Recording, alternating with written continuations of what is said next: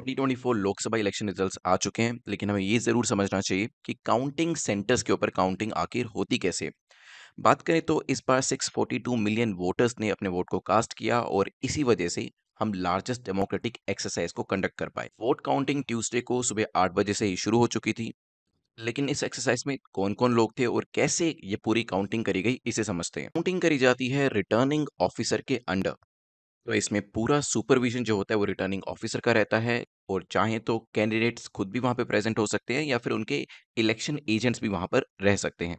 Returning officer आखिर होते कौन है? तो RO इन्हें शॉर्ट में कहा जाता है एंड यूजुअली ये डिस्ट्रिक्ट मजिस्ट्रेट होते हैं जिस भी डिस्ट्रिक्ट में यहाँ पर काउंटिंग होती है और इन्हें नॉमिनेट किया जाता है इलेक्शन कमीशन ऑफ इंडिया के द्वारा।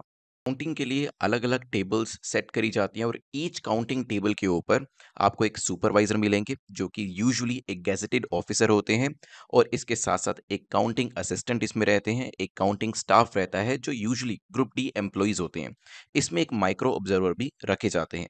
माइक्रो ऑब्जर्वर की जो ड्यूटी होती है वो ये इंश्योर करना होता है कि जितनी भी काउंटिंग हो वो रिस्पॉन्सिबल तरीके से हो और सैंक्टिटी जो है वो काउंटिंग प्रोसेस की बनी रहे।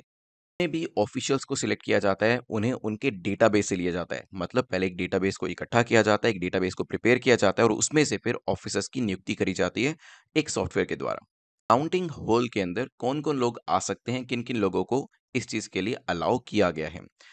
लॉ परमिट करता है कि कैंडिडेट्स यहाँ पर आना चाहें तो आ सकते हैं, उनके इलेक्शन एजेंट भी आ सकते हैं, लेकिन क्योंकि काफ़ी सारी टेबल्स होती हैं और काफ़ी सारी जगहों पर काउंटिंग चल रही होती है, इसी वजह से लॉ ने कहा कि कैंडिडेट चाहें तो वो काफ़ी सारे अपने काउंटिंग एजेंट्स को मैनी काउंटिंग एजेंट्स जो है, उनकी तरफ से डेप्यूट करे जा सकते हैं। तो आखिर इन टेबल्स पर होता क्या है? इन टेबल्स के ऊपर सबसे पहले तो पोस्टल बैलेट्स की काउंटिंग होती है और यहाँ पर ईवीएम्स की काउंटिंग भी करी जाती है।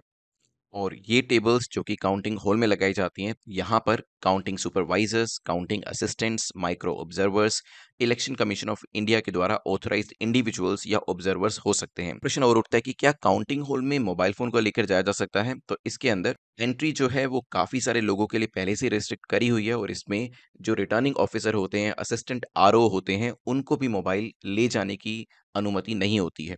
एक ही ऐसे व्यक्ति है जिनका डेजिग्नेशन है election commission of India's observer, जिनके पास ये पावर होती है कि वो अंदर मोबाइल भी लेकर जा सकते हैं। एक क्वेश्चन और आता है कि काउंटिंग आखिर जो करी जाती है वो कहाँ करी जाती है?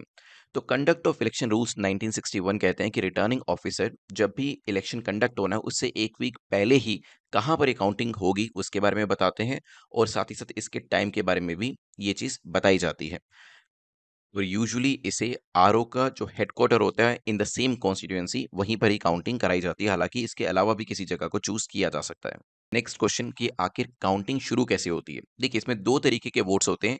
एक वो जिसे कि ईवीएम के अंदर डाला गया है, मतलब इलेक्ट्रॉनिक वोटिंग मशीन्स के अंदर जो वोट डाले गए हैं। लेकिन हम जानते हैं कि एक सेकंड कैटेगरी भी होती है जिसे हम पोस्टल बैलेट कहते हैं।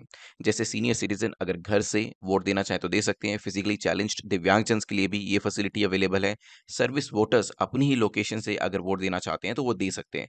तो हमारे पास दो कैटेगरीज हैं वोटर्स की, जिसमें ईवीएम वोट्स होते हैं और पोस्टल बैलेट वोट्स होते हैं।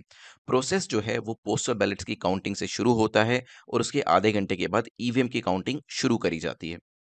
ईवीएम की काउंटिंग के लिए जो इलेक्ट्रॉनिक वोटिंग मशीन्स होती हैं उसके अंदर की जो कंट्रोल यूनिट होती है, वोट को काउंट करने के लिए इस्तेमाल किया जाता है। एंड पोस्टल बैलेट के वोट्स को काउंट करने के बाद अब हमारा नेक्स्ट स्टेप इसके अंदर आता है कि रिजल्ट्स को कैसे अनाउंस करना है। जब जितनी भी ईवीएम्स हैं उनके वोट्स को काउंट कर लिया गया तो RO उस राउंड के अंदर जो काउंटिंग करी गई है उसके रिजल्ट्स को अनाउंस करते हैं। और इसी के साथ-साथ RO ये भी कह सकते हैं कि आप सेकंड राउंड की जो ईवीएम्स हैं, जो कि स्ट्रॉन्ग रूम में रखी गई हैं, क्योंकि ये सारी ईवीएम स्ट्रॉन्ग रूम में रखी जाती है, वहाँ से सेकंड राउंड ऑफ ईवीएम्स को लेकर आएँ ताकि वहाँ पर भी फिर काउंटिंग शुरू करी जा सके। तो इसमें फिर अब एक क्वेश्चन और भी आता है कि वीवीपैट का भी कोई इस्तेमाल किया जाता है? देखिए, तो जब ईवीएम काउंटिंग के सारे राउंड्स कंप्लीट हो जाते हैं तो उसके बाद VVPAT that is voter verified paper audit trail का नंबर आता है और इस प्रोसेस को सीक्वेंशियली किया जाता है, लेकिन इसको काउंटिंग के साथ साइमल्टेनियसली नहीं किया जाता सभी पोलिंग स्टेशन के लिए, क्योंकि इसके पीछे का मेन रीजन ये है कि इस वेरिफिकेशन के अंदर पर मशीन अराउंड 1 घंटे का टाइम लगता है।